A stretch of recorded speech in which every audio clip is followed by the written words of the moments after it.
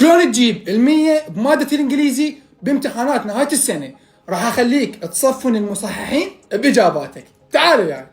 اول شيء تسويه تستخدم الورقة والقلم والترجمة، لان مادة الانجليزي مادة فهمية وحفظية، فعلى مود تفتهم المادة وتحفظ الكلمات زين تحتاج تكتب ورقة وقلم والترجمة. ثانيا اول شيء تجاوبه بالامتحان هو الانشاء والادب، لان هذني حفظيات وممكن تنساهن بمرور الوقت، فعلى مود تضمن درجتهن الكاملة جاوبهم بالبداية. ثالثا لازم تقرأ المادة على مدرس يشرحها بالتفصيل ويشرحها بطريقة صحيحة، وانا من عندي انصحكم بالاستاذ حامد جبر، هاي قناته مال اليوتيوب، او تقدرون تتواصلون وياه عن طريق هذا رقم الموبايل بالواتساب. رابعا القطعة الخارجية تخليها اخر سؤال بالامتحان، على مود تقعد وتصفن بحلها براحتك وتفكر بيها زين، لان تحتاج وقت وتفكير. خامسا لما تقرا احكي بصوت عالي على مود تضبط اللفظ مال الكلمة، حتى اذا بالامتحان لا سمح الله نسيت كلمة من الكلمات تتذكرها من خلال لفظها. وبس هاي، لا تنسون تتابعوني وانضموا وياي القناة تيمي سكاتشا بالتليجرام، وهواي نصايح راح انزلها لكم لامتحانات نهاية السنة،